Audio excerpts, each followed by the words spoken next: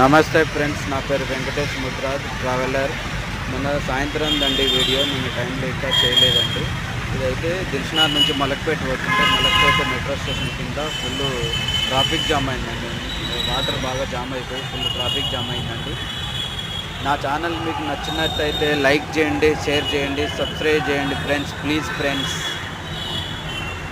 మీ అమూల్యమైన టైం నాకు కేటాయించి కొంచెం ఛానల్ సబ్స్క్రైబ్ చేయండి ఫ్రెండ్స్, ప్లీజ్.